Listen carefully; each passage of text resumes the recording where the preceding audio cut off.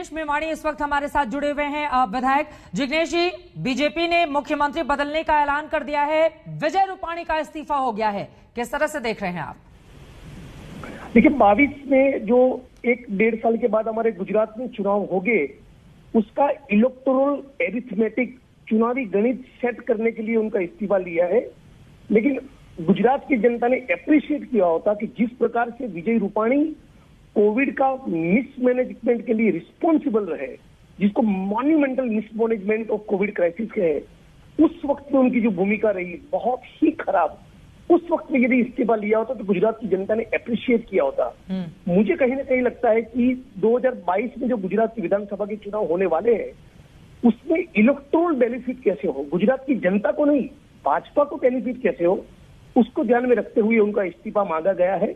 वो व्यक्तिगत तौर पे बातचीत करने में बहुत शालीन थे, लेकिन एक एडमिनिस्ट्रेटर के तौर पे, शासन जिसके हाथ में हो, ऐसे नेता के तौर पे बहुत ही विफल और कंप्लीट फेलियर थे। वो विफल रहे, इसी वजह से चुनाव के पहले बीजेपी ने उनको बदल दिया।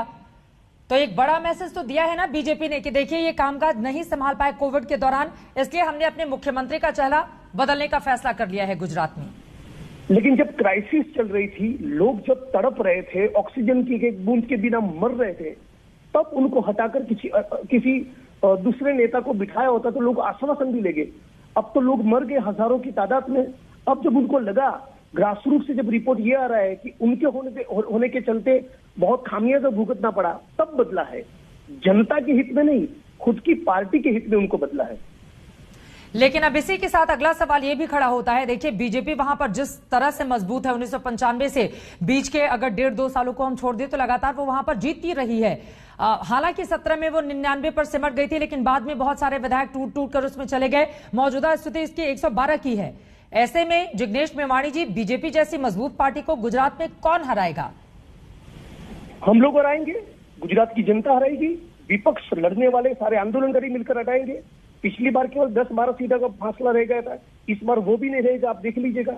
इसीलिए आपके इसी स्टूडियो में मैं बैठूंगा डिबेट करने के लिए, क्योंकि जिस प्रकार से महंगाई और बेरोजगारी गुजरात में चरम पर है, किसान, भूमिहीन खेतिहर मजदूर, दलित, आदिवासी, ओबीसी सारे लोग जिस प्रकार से आतंकित है, इस बार तो सचमुच भाजपा को हम लोग निपटा देंगे, मुझे कोई डाउट नहीं है।